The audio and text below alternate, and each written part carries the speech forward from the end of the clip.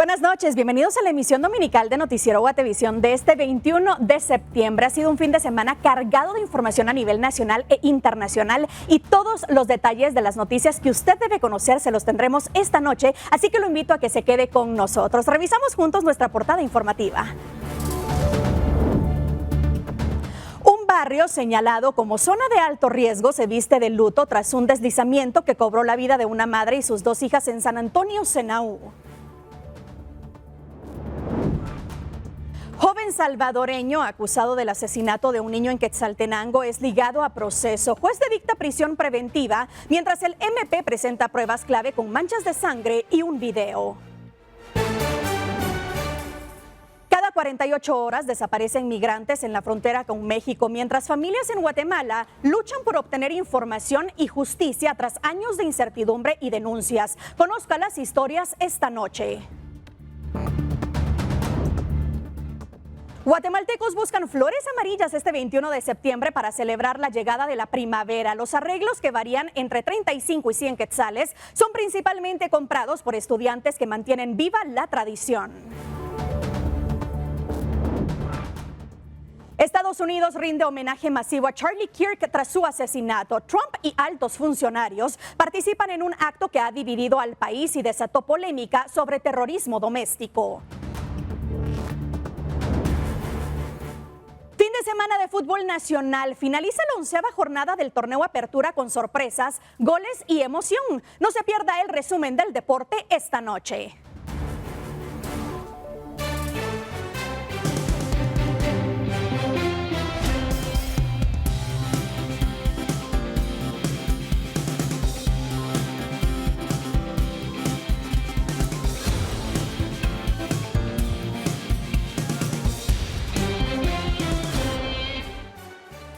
Qué gusto poder acompañarlo este domingo para que juntos conozcamos las noticias que marcaron la jornada de este fin de semana. Soy Paula Osaeta y junto a Doris Parada en la interpretación de lengua de señas y un gran equipo de periodistas estamos listos para informarlo, así que comenzamos con la información. Y quiero contarle que un aparatoso accidente se registró este domingo en el kilómetro 200 de la ruta al Atlántico en Los Amates, Izabal, cuando un tráiler que transportaba bananos perdió parte de su carga, que quedó esparcida sobre la carretera. El percance involucró a 3 vehículos de transporte pesado y quedó grabado por una cámara de seguridad. Uno de los camiones impactó contra comercios a la orilla de la vía, dejando al piloto herido, aunque fuera de peligro. Una pipa de combustible que circulaba en el área logró frenar a tiempo y evitó una tragedia mayor.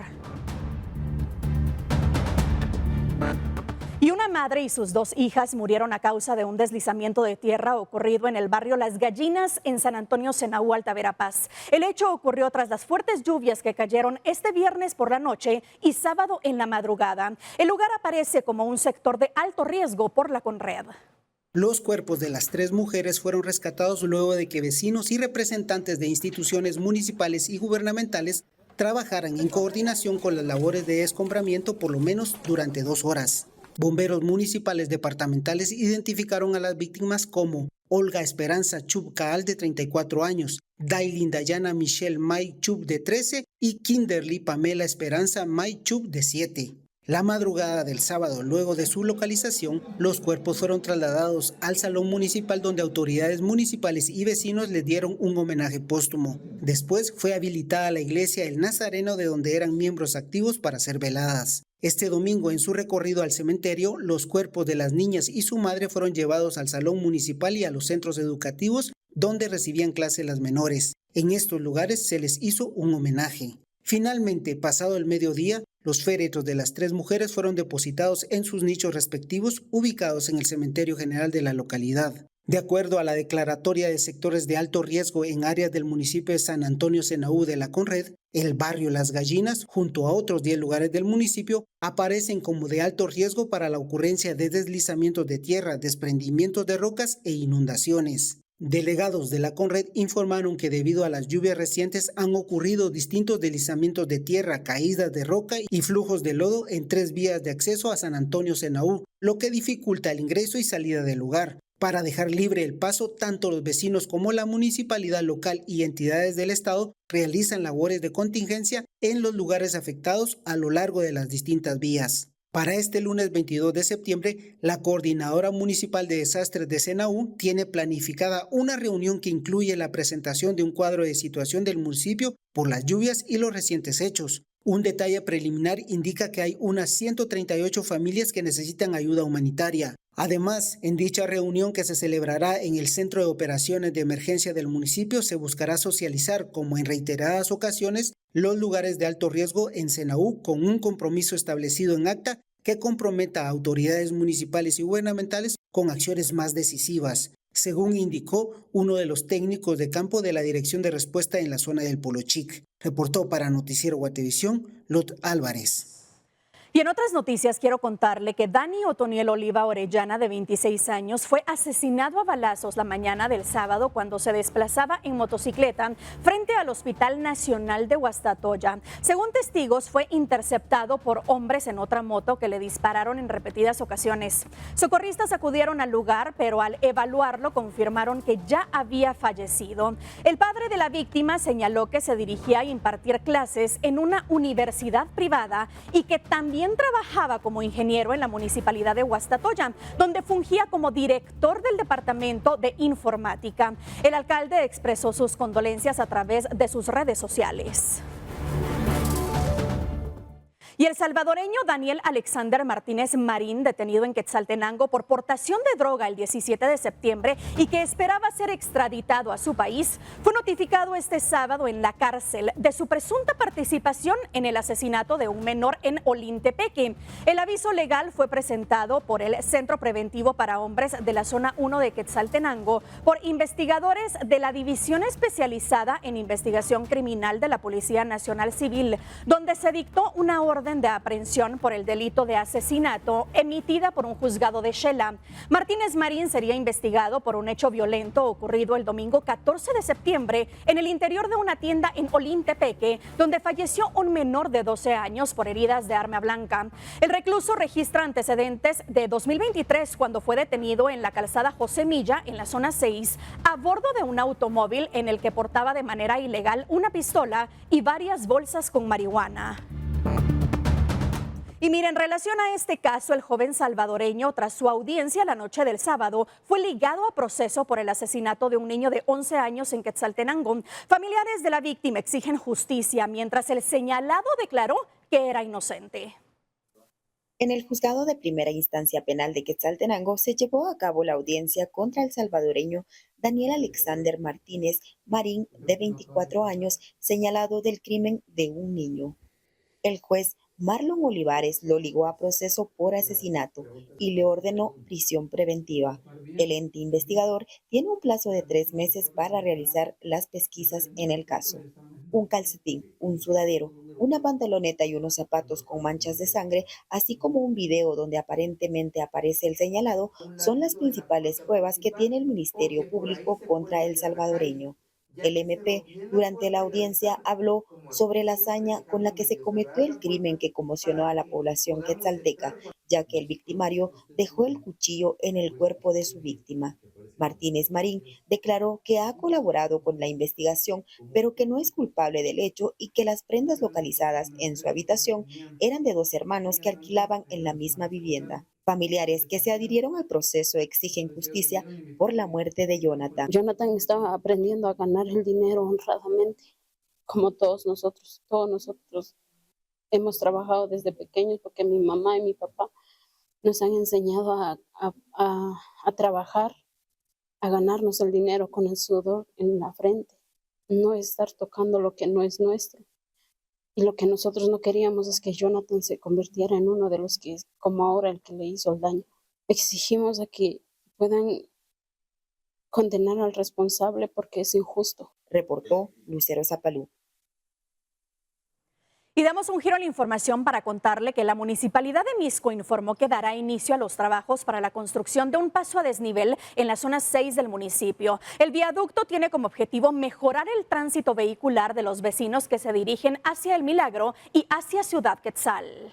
Voy a iniciar los trabajos preliminares del paso a desnivel de la Cuchilla, Milagros, Ciudad Quetzal, este próximo 25 de septiembre. De esta manera, el alcalde de Mixco, Neto Brand, anunció el inicio de los trabajos para la construcción de un viaducto en la zona 6 del municipio. El jefe edil aseguró que durante esta primera fase no se realizarán cierres vehiculares. En este sector se reporta diariamente fuerte congestionamiento, especialmente para los vecinos de la colonia del Milagro, Lodebrán 2, Zacoc Chiquito, Villas del Milagro, Zacoc Grande, Ciudad Quetzal, San Raimundo y San Juan Zacatepeques, quienes deben pasar largos periodos en el tránsito. Vecinos consultados opinaron sobre la obra. Puede ayudar en el tránsito, es mejor. ¿Cuánto tiempo se hace usted en la cola cuando pasa por acá? Ay, se hace una hora casi. ¿Todos los días sí, pasa por acá? Sí, todos los días. Pues la verdad lo dudo, ¿verdad? Igual que al dicho al hecho hay mucho trecho, dicen, va. Entonces la verdad que quiere ganas. ¿Cuánto tiempo se tarda usted en el tránsito? Casi más de una hora. ¿Todos los días? Sí, todos los días. Ambos residentes de El Milagro coincidieron en que en promedio tardan una hora diaria para llegar a su destino. Para quienes provienen de Ciudad Quetzal, el congestionamiento los obliga a madrugar más para llegar a tiempo a sus trabajos. Fíjense que yo trabajo por el área de Mixco, siempre por la zona 2 de Mixco, y entro a las 6 de la mañana. Y para llegar a las 6 de la mañana tengo que salir mínimo a las 4:30 y vivo aquí en Carranza, en moto. Entonces sí se complica demasiado el tránsito. Los vecinos ven viable la construcción de la obra y esperan que facilite el tránsito vehicular. Señalan que los horarios de mayor congestionamiento en el sector van desde las 5 a las 8 de la mañana y de 4 de la tarde a las 8 de la noche. El alcalde Neto Brand indicó que el transporte pesado será restringido cuando avancen los trabajos de la obra. Esto a partir del segundo semestre de 2026. Con imágenes de José Sánchez, informó para Noticiero Guatevisión, Elmer Vargas. Y la Municipalidad de Guatemala anunció 17 nuevas rutas para el servicio de transporte público, en las que más de 100 buses formarían parte de la cobertura. Cada unidad tendrá capacidad para entre 40 y 80 pasajeros. La Municipalidad de Guatemala anunció la implementación de 17 nuevas rutas de transporte público, que contarán con 111 autobuses de bajas emisiones. Con este proyecto, se espera ampliar la cobertura del servicio hasta un 80% de la ciudad. La inversión será completamente privada y se regirá bajo un contrato de 20 años, que incluye la operación, mantenimiento y renovación de las unidades. La comuna informó que ya se reciben propuestas en la licitación y que el 4 de noviembre será la fecha límite para la presentación de ofertas. Entre los requisitos técnicos destacan buses con capacidad de 40 a 80 pasajeros, mantenimiento preventivo y correctivo, sistema de pago electrónico con tarjeta ciudadana, videovigilancia, sistema de comunicación de atención al usuario, plan de mejora continua, predios de resguardo y capacitación al personal. De las 17 rutas, 8 serán perimetrales, conectando distintos puntos alrededor de la ciudad, y 9 radiales que partirán de zonas centrales hacia la periferia. La ejecución del proyecto dependerá de las propuestas recibidas en el proceso de licitación.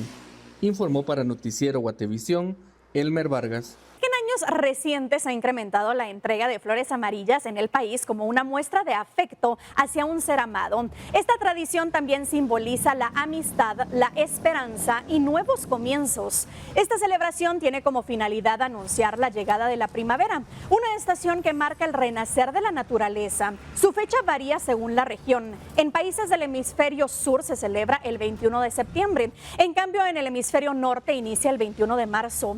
El auge reciente de esta tradición se atribuye en gran medida a la telenovela argentina Floricienta. En esta historia, la protagonista sueña desde niña con que el joven que le gusta le regale flores amarillas como prueba de amor.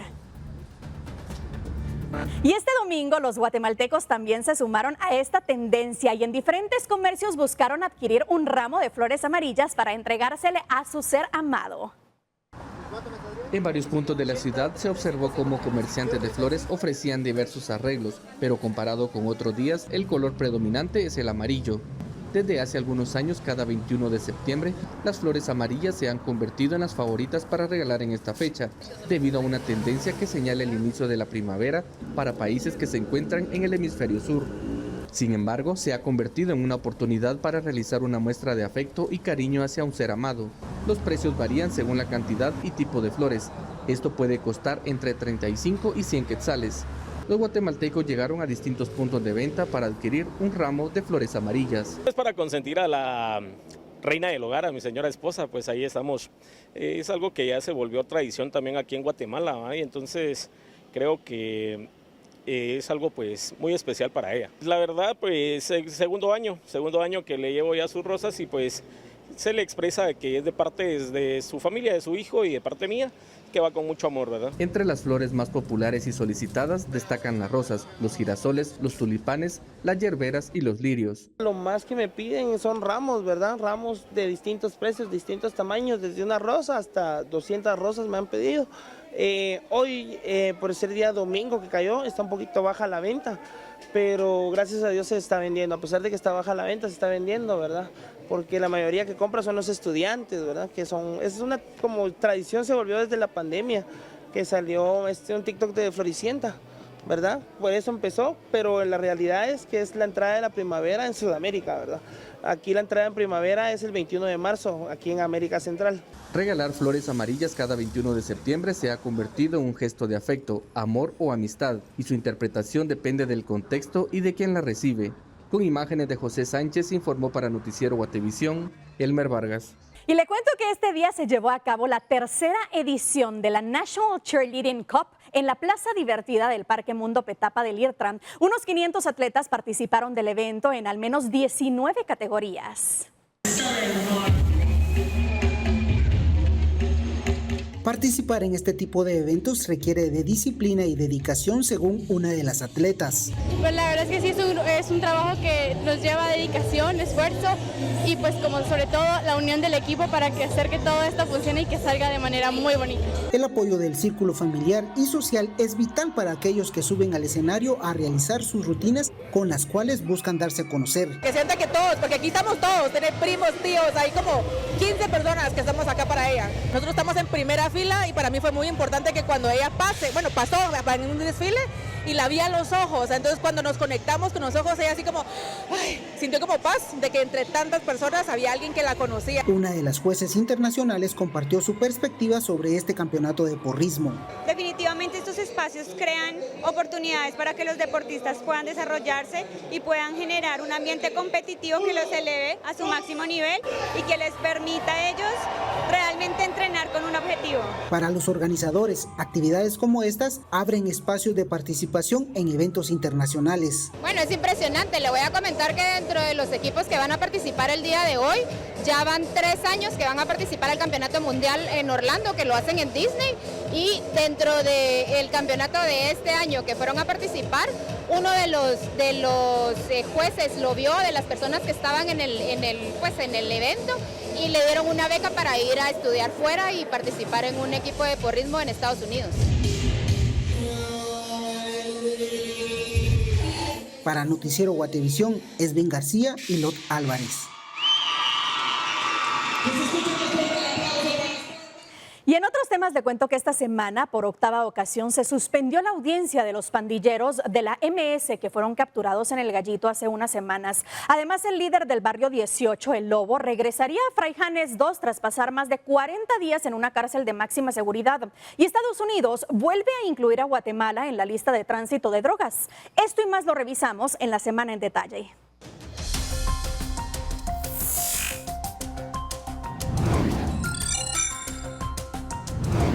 En más de 8 ocasiones, el juzgado de turno ha suspendido la audiencia de primera declaración de los pandilleros de la Mara Salvatrucha capturados en El Gallito de la zona 3 capitalina. Son señalados de varios delitos, entre ellos asesinato, extorsión y narcotráfico. Debido al perfil de peligrosidad, la audiencia se realizará por videoconferencia. Solo algunos de ellos serán trasladados a Torre de Tribunales. Se espera que la judicatura pueda llevar a cabo la audiencia en el transcurso de la próxima semana. Guatemala fue nuevamente incluida en la lista de países que Estados Unidos considera como principales puntos de tránsito o producción de drogas ilícitas, según una determinación de la Casa Blanca. El gobierno estadounidense señaló a Guatemala como un país con tránsito significativo de estupefacientes, una designación que responde a factores geográficos, económicos y comerciales que facilitan el paso de drogas hacia Norteamérica. El documento precisa que esta inclusión no evalúa las políticas antidrogas ni el nivel de cooperación de los gobiernos, sino que reconoce las condiciones estructurales que propician el flujo de narcóticos. Junto a Guatemala también figuran en la lista otros países de la la región como México, Honduras, El Salvador, Nicaragua, Costa Rica y Panamá. En total son más de 2.000 millones de quetzales los que la Unidad de Conservación Vial comprometió para un plan de bacheo que comenzará el próximo mes a nivel nacional. Esto se da a 10 meses de haber iniciado el año y en medio del deterioro de la red vial del país, agravado por la época lluviosa que se ha intensificado. En total son 62 eventos, a los cuales únicamente les falta la habilitación de bitácoras. En el pasado este tipo de eventos se ha caído debido a problemas administrativos, algo que según las autoridades no ocurrirá en esta ocasión. Tras varias audiencias, la jueza Patricia Veras Castillo dictó sentencia en el proceso contra la exfiscal de la FESI, Astrid Paola Pimentel. El Ministerio Público la acusaba de revelar información confidencial en el caso manipulación de justicia, señalando que no habría resguardado adecuadamente datos sensibles. Según la investigación, Pimentel habría trasladado nombres y ubicaciones de testigos al fallecido Eric Melgar Padilla. La exfiscal de la FESI fue absuelta. 47 días después de su traslado hacia una cárcel de máxima seguridad, una orden judicial benefició al máximo líder del barrio 18. Se trata de Aldo Dupié Ochoa, conocido como El Lobo, quien ahora regresa a la cárcel Fraijanes II, a la que el ministro de Gobernación se refirió como su antiguo centro de operaciones criminales. El ministro de Gobernación, Francisco Jiménez, confirmó la resolución de la jueza Lesbeth Betancourt, que ordenó al sistema penitenciario que El Lobo sea trasladado a una cárcel de menor seguridad. La juzgadora habría basado su resolución tomando como base informes emitidos por la Procuraduría de los Derechos Humanos, la Oficina de Prevención de la Tortura y el Instituto Nacional de Ciencias Forenses. El ministro también señaló que el sistema penitenciario impugnó la resolución de la jueza con el objetivo de evitar el traslado del Lobo, debido a que representa un riesgo directo para todos los guatemaltecos.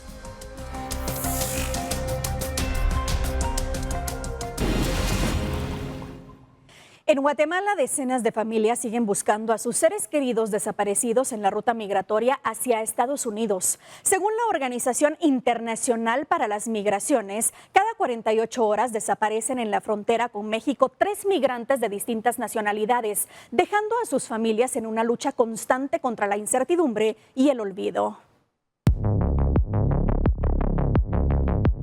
Necesitamos que vuelva a casa por sus hijos, por mamá, porque la promesa que dejaste es para un buen futuro para sus hijos, no para dejarlos huérfanos.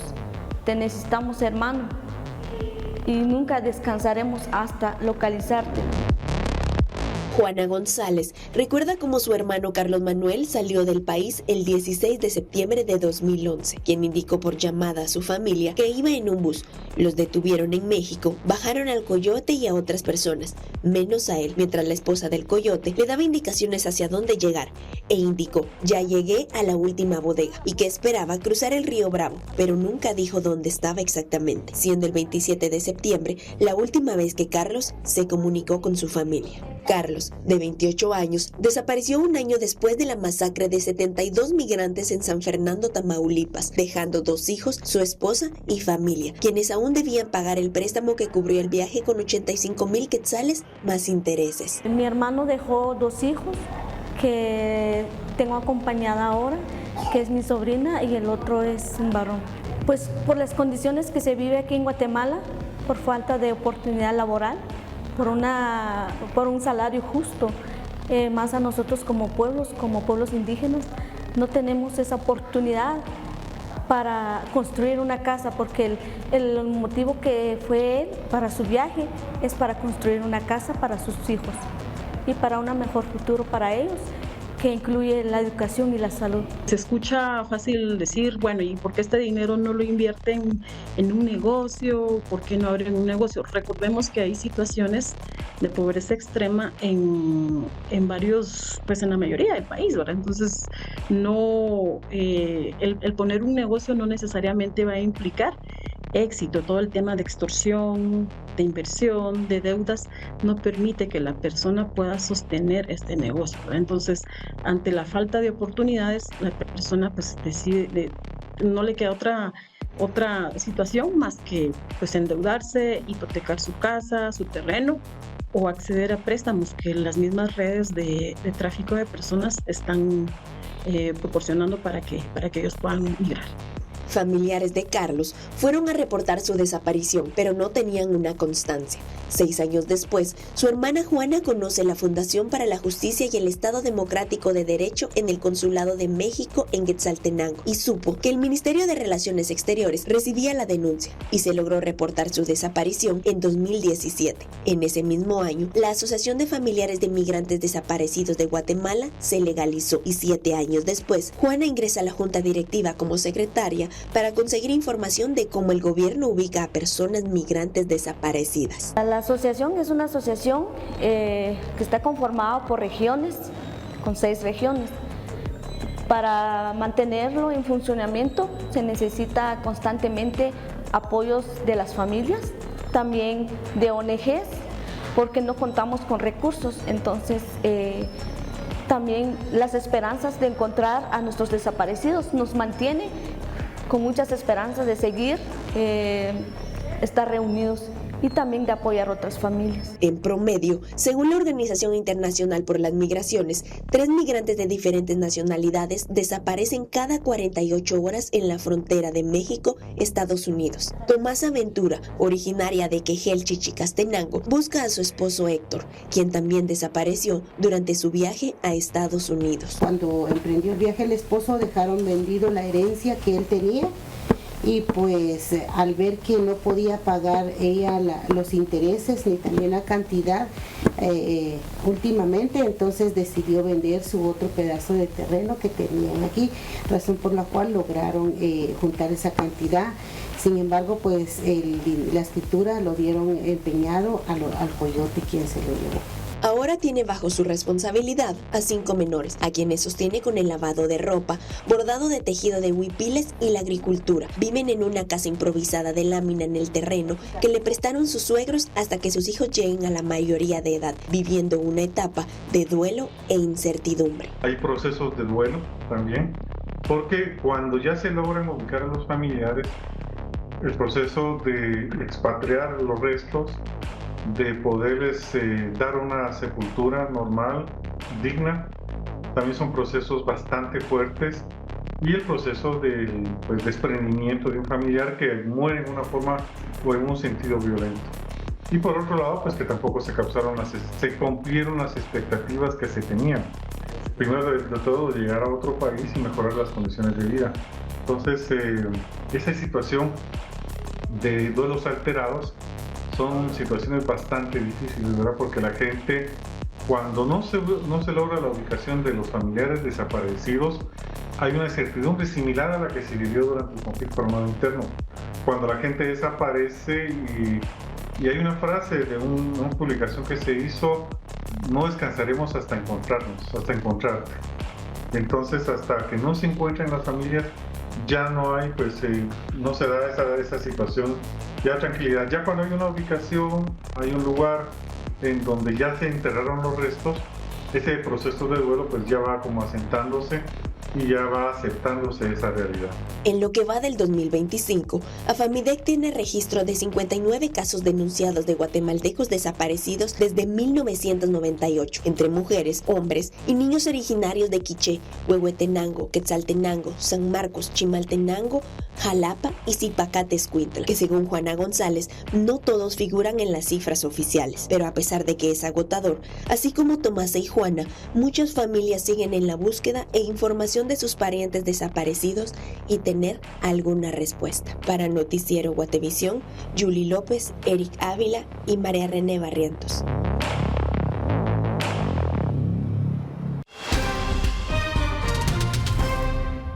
Si usted tiene un familiar guatemalteco desaparecido en el extranjero, el Ministerio de Relaciones Exteriores y el Instituto Nacional de Ciencias Forenses pueden apoyarlo de forma gratuita, voluntaria y confidencial para su posible identificación con una muestra de saliva.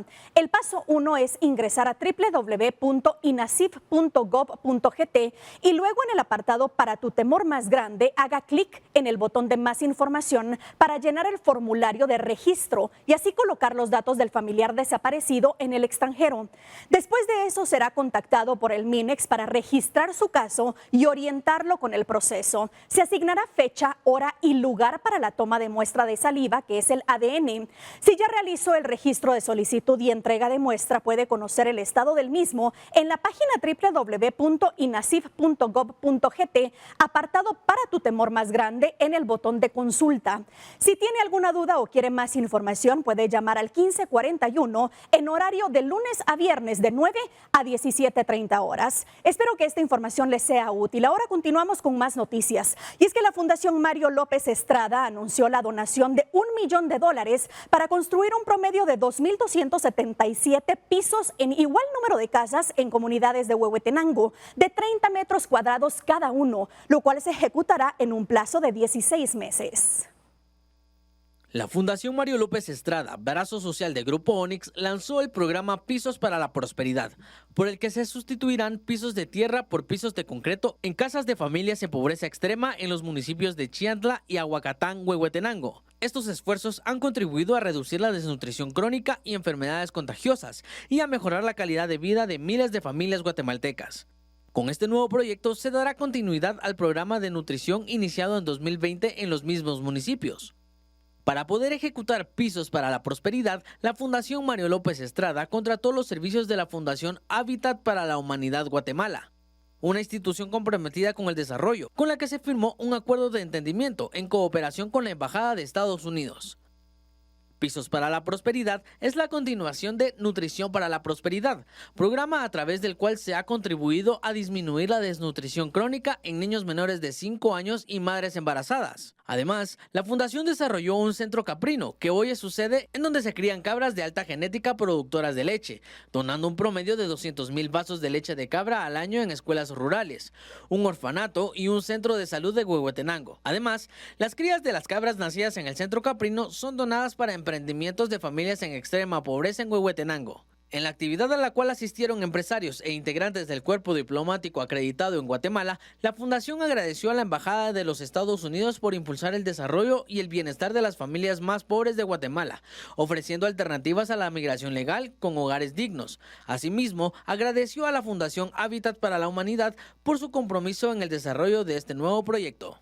Sucesos extraños, hechos sorprendentes y noticias que parecen imposibles. Acompáñenos a descubrir lo más increíble del planeta en Mundo Insólito.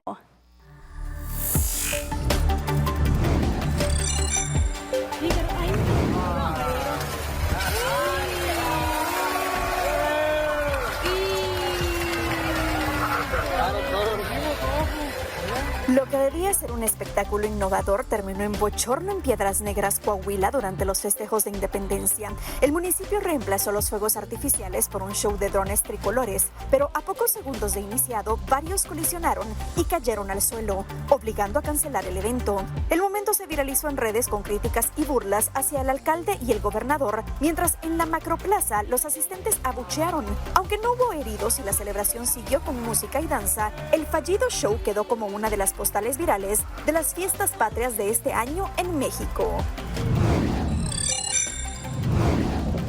Un impresionante colapso carretero en Mulegé, Baja California Sur, dejó incomunicadas a varias comunidades luego de las intensas lluvias de la tormenta tropical Mario. En pleno hundimiento quedó atrapado un tráiler cargado de gas LP, generando temor por el alto riesgo que representaba su carga. Las imágenes muestran la carretera partida entre corrientes de agua, mientras autoridades mantienen la alerta por más deslaves y piden a la población evitar desplazamientos innecesarios. En Australia, un impactante video captó el momento en que un caballo golpeó brutalmente a su jockey, Michael Hellier, dejándolo inconsciente en pleno hipódromo de Queensland. El jinete de 37 años, con más de 800 victorias en su carrera, fue catapultado de la montura tras recibir un fuerte cabezazo y caer aparatosamente al suelo. Aunque la escena parecía anunciar una tragedia, Hellier confirmó en sus redes sociales que solo sufrió un labio roto y una conmoción cerebral, asegurando que en pocas semanas volverá a competir.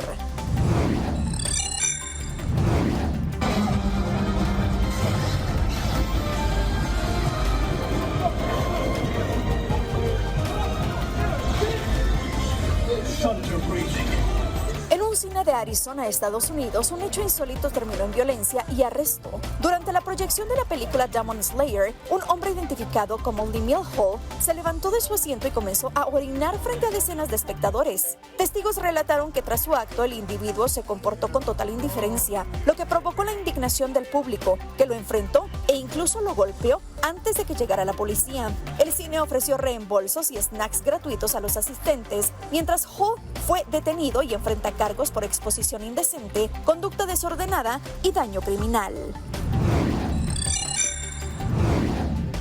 En Arabia Saudita se registró una de las maniobras más arriesgadas del motociclismo extremo. Hamed Othman, piloto profesional, logró un récord Guinness al recorrer 300 metros en wheelie, sujetando el manubrio de su moto únicamente con los dientes. La peligrosa acrobacia, que lo mantuvo casi en posición vertical durante menos de un minuto, fue realizada bajo estrictas medidas de seguridad y dejó impactados a los espectadores y a la organización Guinness, que advirtió que jamás debe intentarse sin preparación profesional.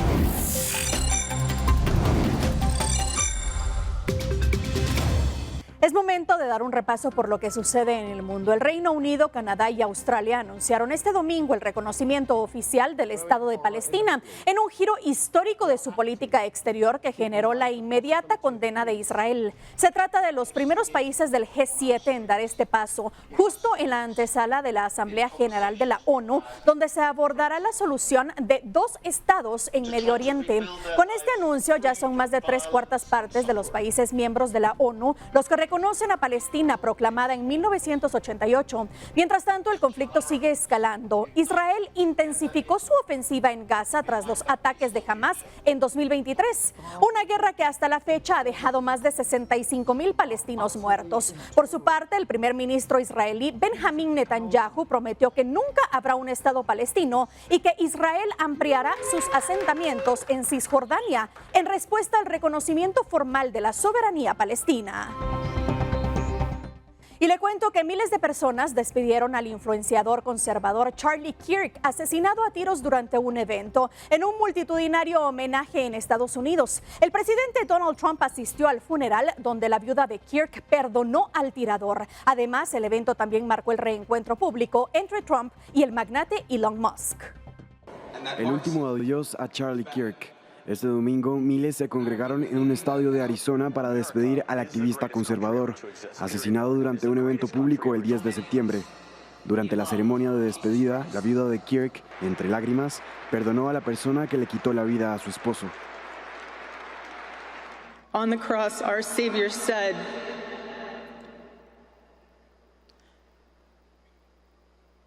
Ese joven en la cruz, nuestro Salvador, dijo: Padre, perdónalos, porque no saben lo que hacen.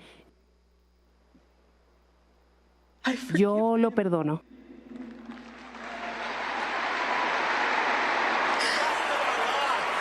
El funeral reunió a los seguidores del proyecto Make America Great Again del presidente estadounidense Donald Trump. El propio mandatario asistió y despidió a Kirk, describiéndolo como un gran héroe estadounidense. Compartimos tu inmenso y abrumador dolor y prometemos que haremos todo lo posible para asegurar que tus hijos crezcan en una tierra donde su padre sea honrado y venerado como un gran héroe estadounidense. Eso es lo que es. Por su parte, el vicepresidente J.D. Vance dijo que el activista conservador estaba dispuesto a morir por Estados Unidos.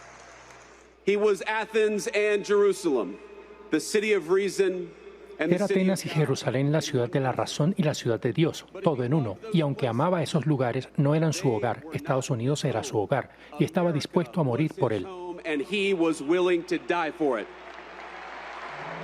La despedida marcó además un encuentro. Trump e Elon Musk se dieron la mano por primera vez en público tras meses de su ruptura política y de una serie de ataques en línea. El asesinato de Kirk ha conmocionado a la primera potencia mundial, en donde las grietas ideológicas son cada vez más grandes y visibles. Este domingo también tenemos información deportiva. La jornada 11 de la Liga Nacional dejó emociones de principio a fin. Xelajú sorprendió con goleada. Municipal tomó el liderato absoluto con un triunfo contundente y el torneo se enciende con duelos intensos, empates y equipos que ya levantan la mano como favoritos al título.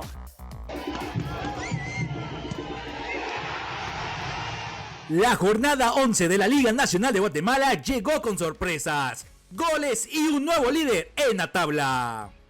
En el Mario Camposeco, Xelajú fue imparable. Goleó 3-0 a Comunicaciones, que sigue sin encontrar regularidad. Los superchivos aprovecharon su localía y apagaron las aspiraciones de los albos.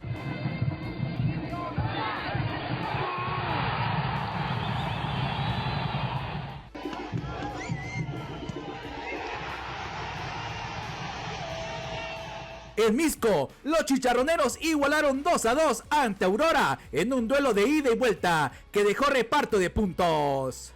Mientras tanto, Municipal hizo respetar su casa y no tuvo piedad. 3-0 frente a Marquense.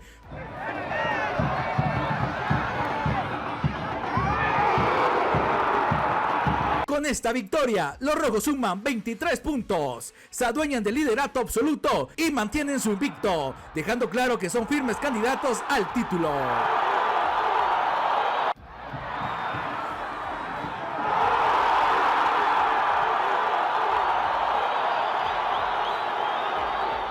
Malacateco también rugió fuerte como local y venció 3-1 a Antigua, que no pudo reaccionar fuera de casa. Por último, en un choque cerrado, Guastatoya y Achuapa empataron y repartieron unidades. Así se cierra una fecha llena de emociones. Municipal manda en la tabla y el campeonato se pone cada vez más intensos. Con imágenes de Esvin García, informó Kevin Gordillo. Ya estamos de regreso y es momento de conocer las noticias que marcarán la agenda de la próxima semana. Para eso nos enlazamos a nuestra sala de redacción con Elmer Vargas, quien tiene los detalles. Elmer, buenas noches.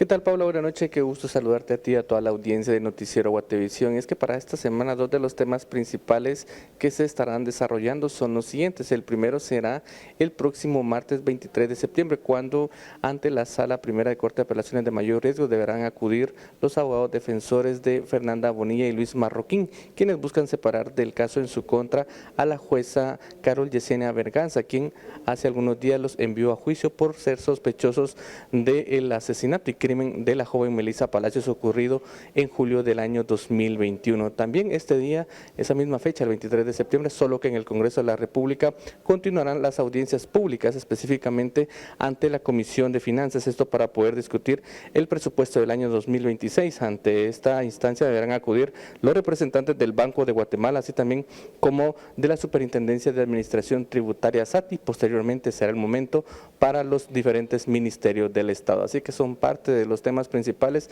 que se desarrollarán en esta semana que vamos a comenzar. Paula, esta es la información que tengo para compartirte. Con imágenes de José Sánchez, reportó Elmer Vargas. Elmer, muchas gracias por esta información. Ya lo sabe entonces, estos son los temas que marcarán la agenda de la próxima semana y toda la información la tendrá por supuesto en Noticiero Guatevisión. Así llegamos al final de la emisión dominical, agradeciendo que nos haya acompañado. Les recuerdo que de lunes a viernes hay más noticias en nuestras emisiones de la 1 de la tarde y 9 de la noche y por supuesto en Impacto Directo a las 19 horas. Le deseo una excelente noche y por supuesto una buena semana.